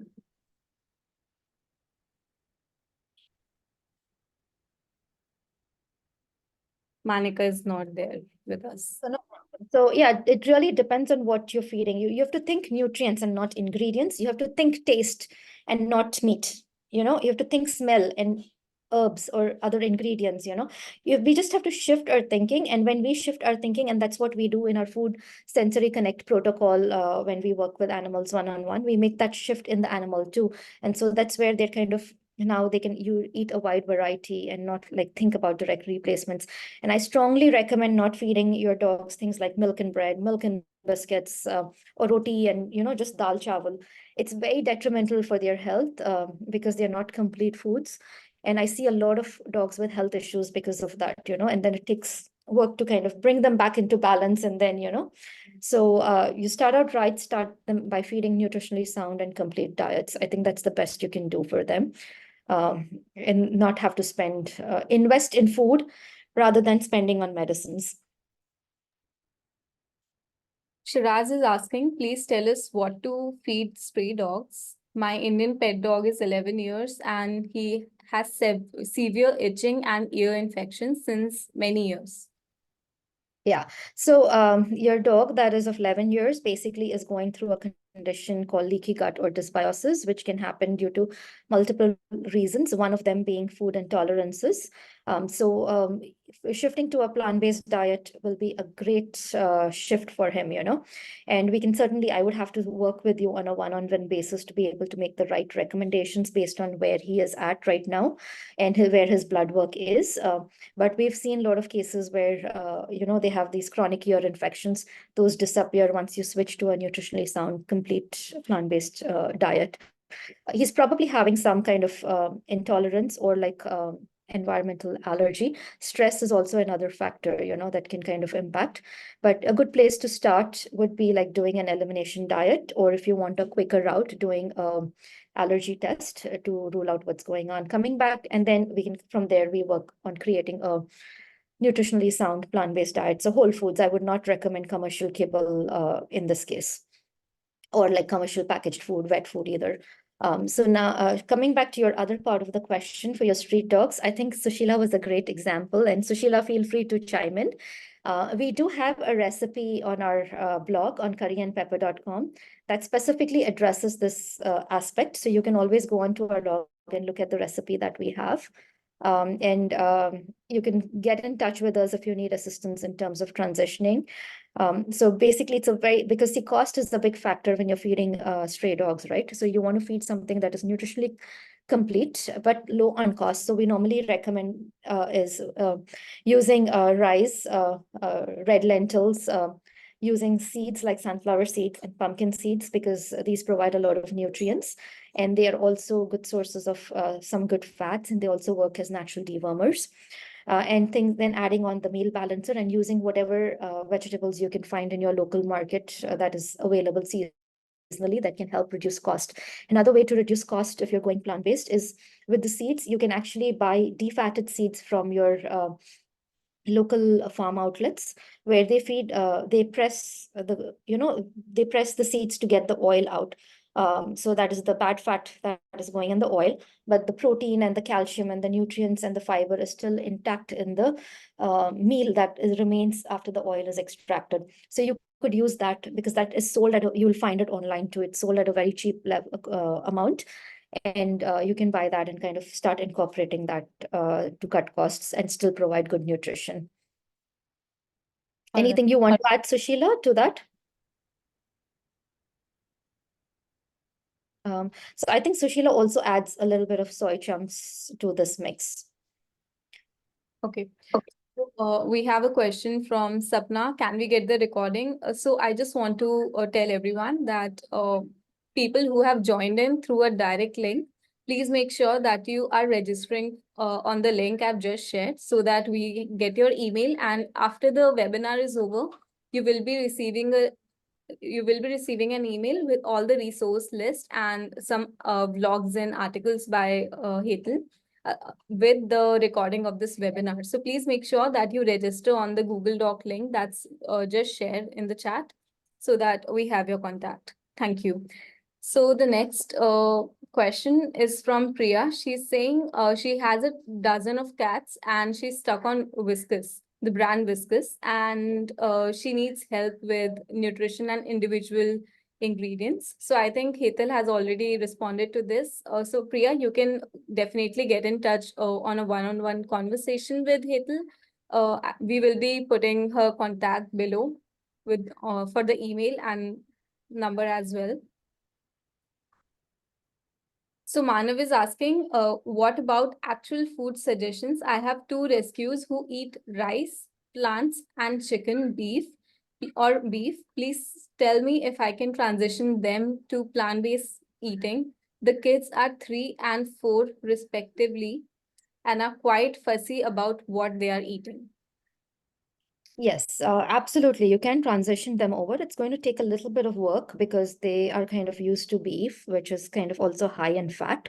So we have to recondition them slowly and get the fat and chicken out slowly. So first thing that you can do is, if you're cooking the rice and the meat together, cook them separately, because it's easier to wean them, and then you can mix it in, okay? And then it's easier to wean them off separately cooked meat. Because the broth is not in there, right? Sometimes it's a little bit, it takes a little bit more work, not impossible. It takes a little bit more work if you cook everything in, because it's the broth that they get used to, right? Because So what you can do is you can slowly start reducing the amount of meat that you're adding and start adding plant-based ingredients like lentils are great sources. You can add chole, chickpeas, garbanzo beans, kidney beans, and you can try different ones and see which ones they like. You could also use soy chunks or tempeh as a substitute because that has meaty texture. So you can slowly start incorporating these ingredients and see how they take to it. And gradually over a period of time, keep reducing the amount of meat that goes in the recipe. And then once they take on, you can you also use techniques of, incorporating different oils. Like a lot of street dogs like coconut oil. They like that tadka because they're used to eating whatever, scavenging whatever they find human food remains, right? So a nice way to entice them is like doing like a tadka in a oil that they like coconut oil or another oil with a little bit of cumin seeds, curry leaves, ginger, etc., and herb and turmeric and stuff, and mixing it into the food, so that you're now incorporating a new sensory experience, new smells, and slowly shifting them off the meat smell. So as they get taken into this, you can start gradually separating reducing the meat and eventually take it off. And if it gets to, at some point, they might refuse food for a day or two, and that's totally fine, because it's, think about it this way, and this applies to like even our companion animals at home, not just indies or stray dogs in our community. If you, like, when you have a baby, the first time you feed them food, like, they're going to reject it because they don't really know what it is. It takes them a while to process it. So they will be fussy for a little bit, but you have to consistently keep trying, and they will, once they have, processed the sensory experience of the smell and the taste and everything, they will take on the food, and then you will have the opportunity to feed them a wide variety of different foods. Thank you. So the next is a question from Uruiki. He's asking, I heard dogs need to have bones regularly for healthy teeth. Is that true? Very good question. So dogs, yeah, oral health is very important for our cats and dogs because a lot of the disease starts or at the mouth, So maintaining a healthy oral microbiome is important. There are different ways you can do it. You don't necessarily have to use bones. Bones can also come with other added complications, like if your dog is a ferocious chewer and they don't chew them well, and the splinters then can damage intestines as well. So there are other alternatives that you can use, like neem sticks are a great way. While they chew the neem stick, they also get oral health benefit, and they get that chewing experience. You also get like plant-based dental chews are available. You can use those. There are commercial ones. I think there's one that is made out of seaweed, which is quite good. You can use those. You can also use like things like, coffee wood or olive wood chews. Those are also readily available.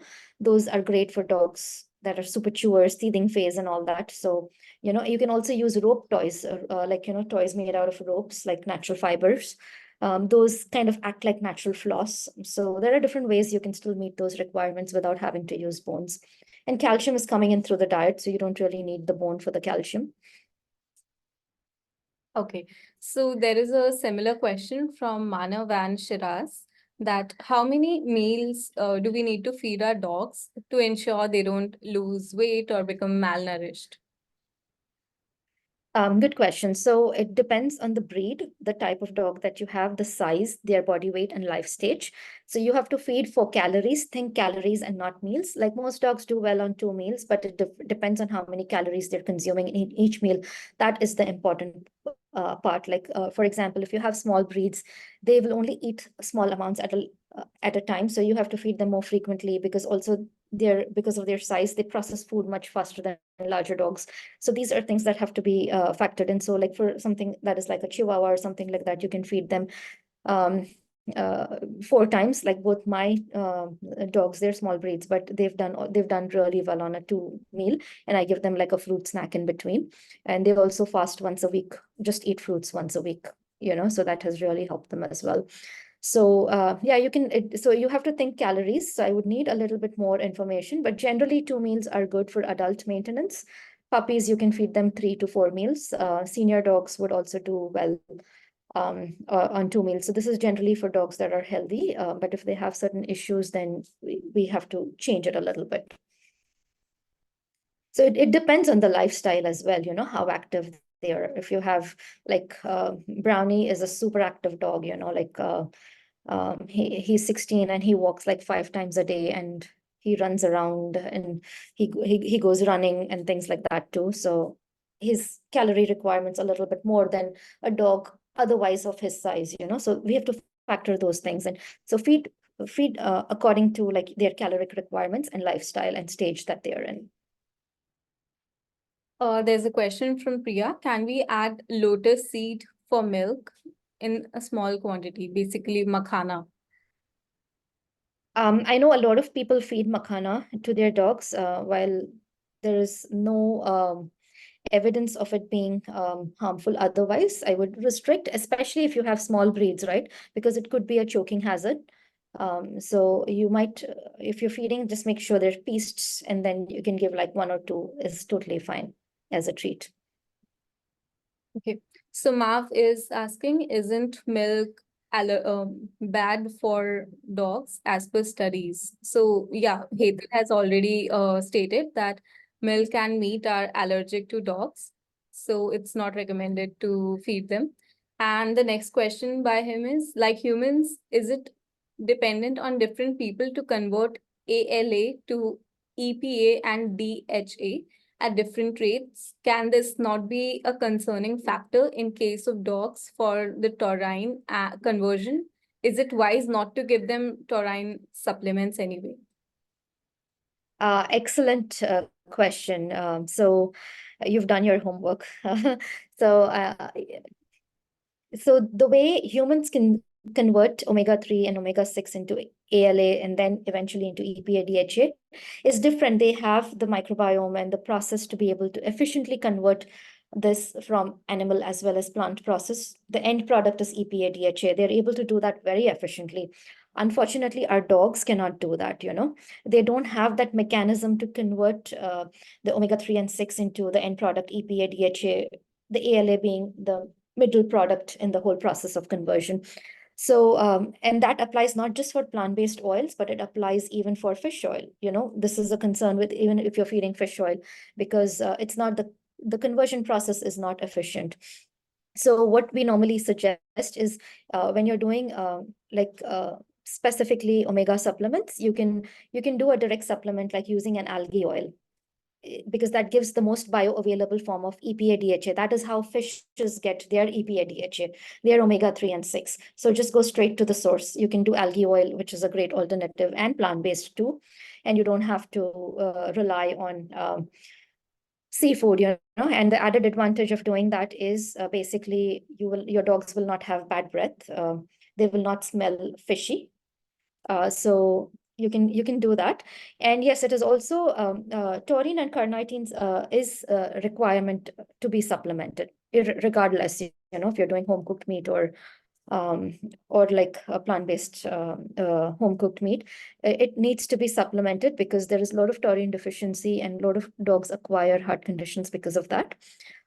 So it is important to be supplemented in the diet. And that's especially if you have breeds like golden retrievers and stuff, right? Then it is important that it be added in there. Okay, so we have a last question from Shiraz. He's asking, do we need to boil the soya chunks or can we give them raw? You can try it either way. You can try it either way. So if you're giving them as raw, it can be a great treat if they're getting adequate amount of fluids throughout the day, or wet food, like their general meals contain enough moisture, then you can give it as is. That's Brownie barking if you can hear. Or you can also boil it and give, no problem. Either ways is fine. But Okay. again, I want to emphasize, it's important if you're feeding home cooked, you feed a nutritionally complete and balanced diet, you know, like they get all those 37 nutrients.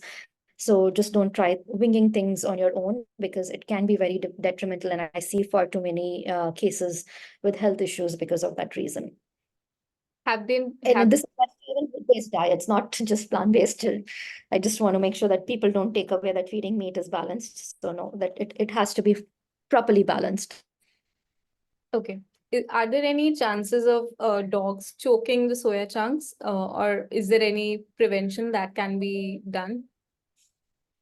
So yeah, if you have small breeds, who are voracious, fast eaters, then you can just coarsely grind it and give it to them, or or boil it and then break it into pieces and give it to them. Just put it in a food processor.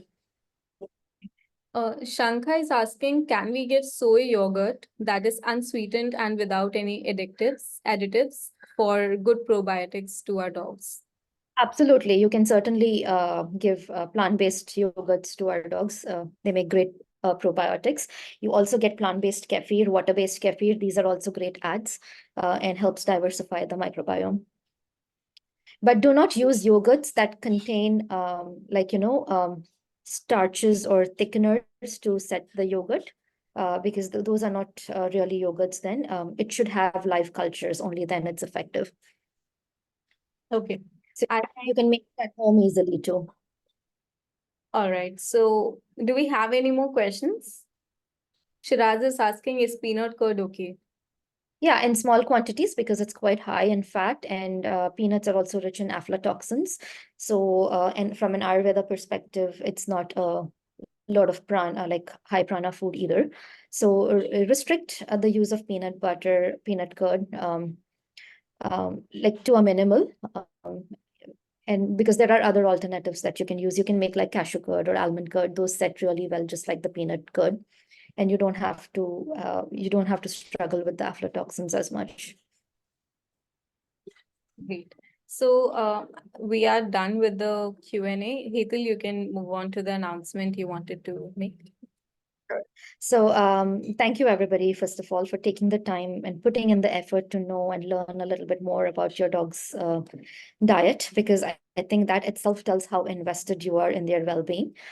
So with that in mind, I have a very special promotion that we want to kind of announce today. Not exactly a promotion, but it is a very special announcement and something very close to my heart and my mission of transitioning dogs to plant-based diets. So we are kind of announcing our first, in fact, it's the first challenge anywhere in the world. It's a plant-powered pet challenge where it's a 31-day guided process where I will be working with you guys in a group, helping you to transition your dogs to a plant-based diet. So there's going to be a lot of support that's going to be involved in this whole process. It's typically something that I do on my one-on-one consultations, but you don't have to pay for the one-on-one consultation. You can get the same benefits, same advantages that go in the one-on-one consultation by just joining this challenge. And elevate your dog's well-being, So the challenge starts on February 1st. Registrations are now open. The challenge is going to be only for registered members. It's a paid challenge, but you get a lot of value in this paid challenge, which normally comes at a much higher cost on a one-on-one consultation, because our goal is to be able to help transition effectively, and I don't want people giving up just because they don't know how to transition. So what this challenge entails, we're going to be, it's a 31-day program. So every day you're going to be receiving instructions on what and how you need to transition your dog, okay? So these would be through emails and there would be videos included in there as well. And it will have prep instructions as well as implementation instructions broken down, bite-sized steps, one step every day. Until we meet our goal, okay? And you will also be getting access to our food sensory connection protocol that I'd been talking earlier throughout this webinar, to kind of recondition your dog's sense of smell, taste, and perception of what food is, so that they'll be able to eat a whole wide variety of foods. So that is exclusively being made available through this challenge, which normally I don't. It's something that is only available through the one-on-one consults. So in this challenge will be fully guided by me. It also includes a starter kit, because I don't want people signing up for the challenge, paying for the challenge and not doing anything. So to motivate you, we've completely created a whole starter kit. The starter kit basically includes the meal balancer. It includes a flower remedy, an Indian flower remedy to help make a smooth transition from a meat-based diet to a plant-based diet and speed up the whole process basically. And also it also helps support their gut and their digestion because there's a lot of difference in the two diets, right? So so that the whole journey is a lot more easy for your companion animal and you. And it also includes a guide that goes everything about plant-based diets, a lot of things that we discussed today, as well as it also includes a recipe, a nutritionally complete and balanced recipe that you can that we will be following throughout this challenge to transition your dogs to a plant-based diet. And it also includes a lot of good tips on, throughout this transition journey, how you can help your dog switch over one day at a time, and we will be doing 3 Zoom calls as well. It'll be group calls. They will be live Zoom calls with all the registered members.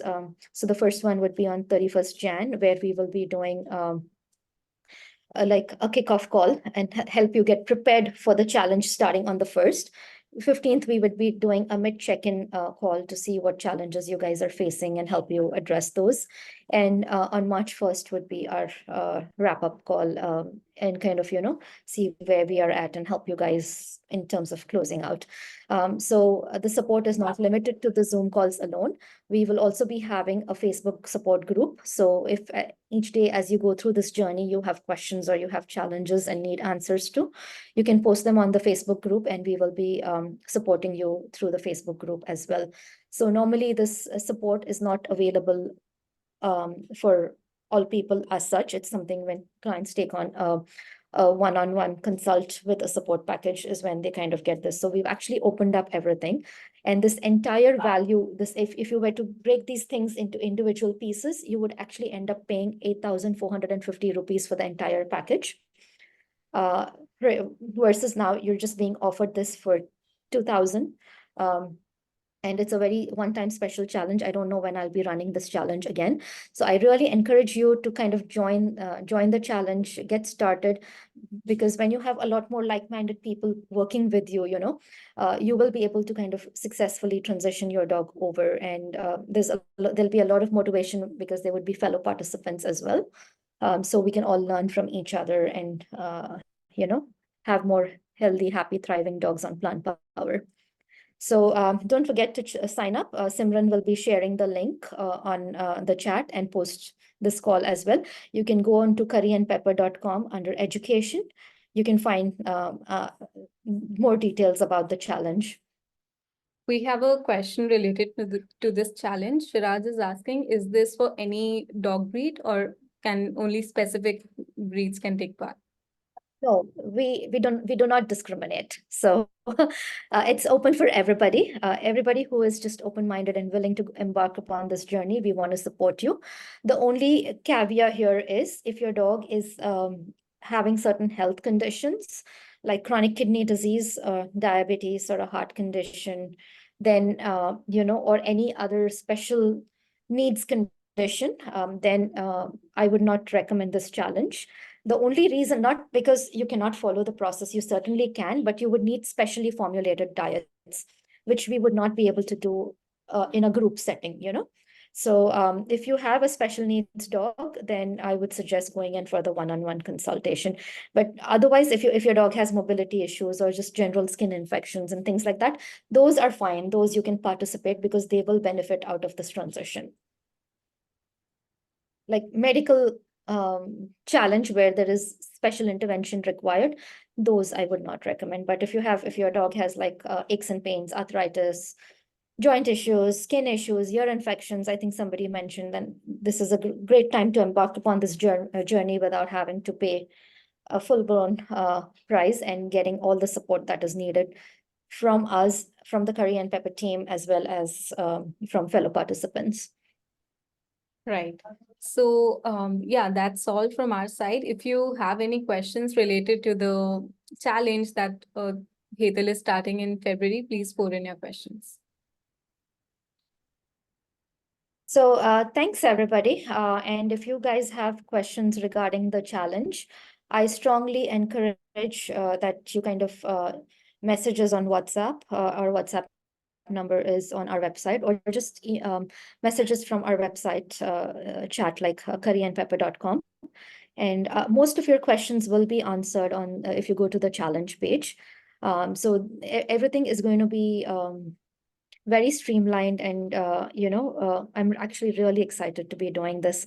It's because because of a lot of people doing veganery, we got a lot of requests for something similar for animals, and so the only thing is, right now this challenge is only restricted for dogs and not for cats, because that's a whole different process that we would go through, and hopefully someday in future we will do one for cats as well.